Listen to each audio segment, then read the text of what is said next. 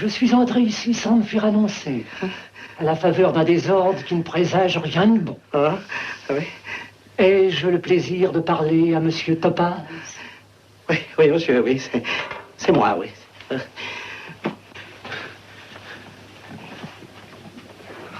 En quoi puis-je vous servir? Et en rien, monsieur. Ce n'est point pour vous demander votre aide, mais pour vous offrir la mienne que je suis venu ici aujourd'hui. Je vous remercie par avance, mais j'aimerais assez savoir qui vous êtes. Qui je suis? Un vieux philosophe qui a la faiblesse de s'intéresser aux autres. Vous avez dû lire avant-hier dans une feuille publique un écho qui contient une allusion assez nette à certaines affaires que vous avez traitées. Oui, monsieur. Il m'a semblé en effet que le pion douteux pouvait bien s'appliquer à moi-même. Mais j'ai jamais été révoqué pour une affaire de mœurs. Je l'admets, mais il faut bien accorder un peu de fantaisie aux journalistes.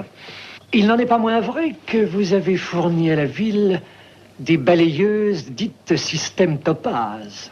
Le directeur de ce journal a fait lui-même une enquête des plus sérieuses. Et le numéro de demain doit révéler toute la combinaison à ses lecteurs.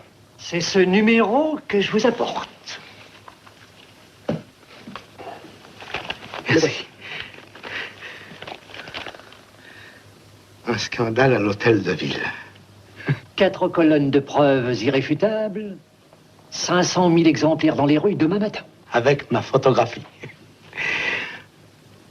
Mais enfin, monsieur, pourquoi ces gens-là veulent-ils me perdre? Monsieur, le premier devoir de la presse est de veiller à la propreté morale et de dénoncer les abus.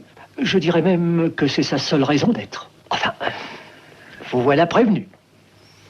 Je vous remercie, monsieur, de votre démarche spontanée, mais je n'en tire pas un grand avantage.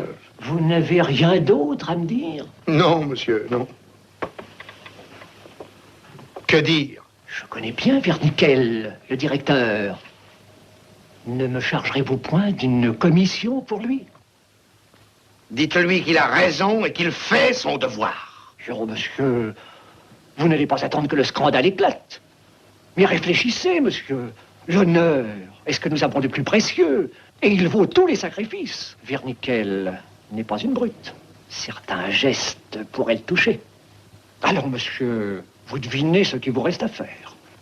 Monsieur, je n'ose vous comprendre. Mais osez, monsieur, osez.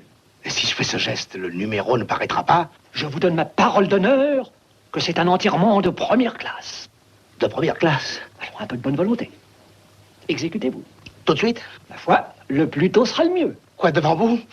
Tiens, mais oui, parbleu. Monsieur, vous tenez donc à voir râler un de vos semblables? Mais qui vous oblige à râler?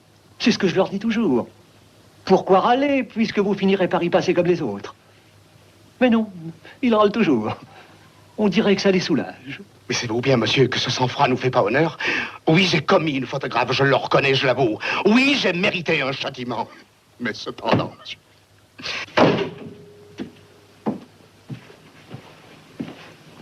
Qui est-ce? Cet homme a surpris nos secrets et il exige que je me tue devant ses yeux. Sans blague. Mais non, voyons, je voulais... Combien? 200 000. Comment? Comment? Non, mais taisez-vous, comment? asseyez-vous. Comment? C'est ça? Oui.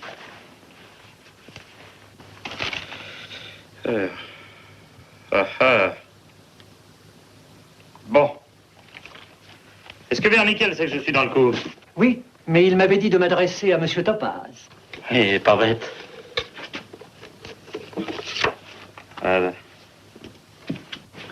Pardon.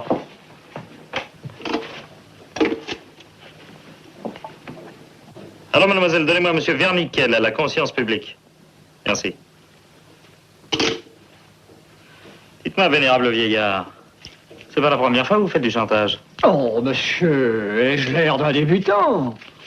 J'ai commencé avec...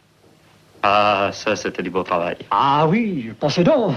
Des députés, des ministres, des gens très bien. J'en ai fait une quarantaine. Et sans entendre seulement un mot grossier. Et pourtant, à cette époque-là, je n'avais pas encore le physique. Vous savez, le physique, c'est rien, c'est surtout le culot. Eh bien, monsieur, ne croyez pas ça. Le physique, voyez-vous, c'est... Allô? Ah oui. Bonjour, mon cher. Oui, très bien, merci. Bon. Dites-moi, j'ai dans mon bureau un vénérable vieillard qui vient de votre part. Mais seulement, je le trouve un peu cher, hein. Ah oui, une petite diminution. Combien? Oh non, non, c'est encore trop cher, ça, mon vieux. Bon. Oh, ce que j'en donne, moi, 100 sous. Non, 100 sous.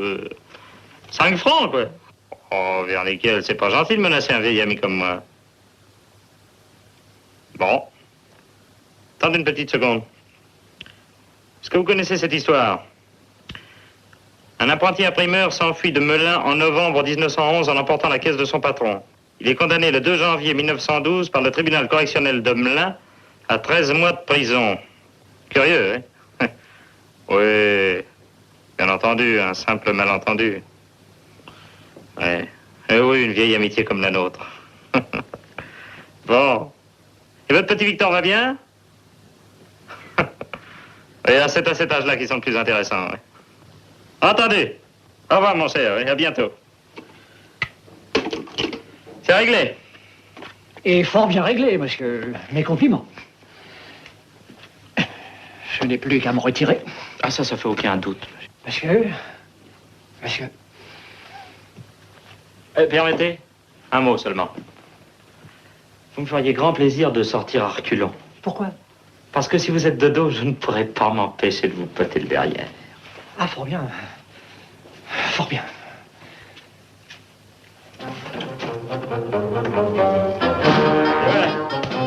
Voilà. Quand vous recevrez un oiseau dans ce genre-là, vous lui direz de repasser quand je reviendrai.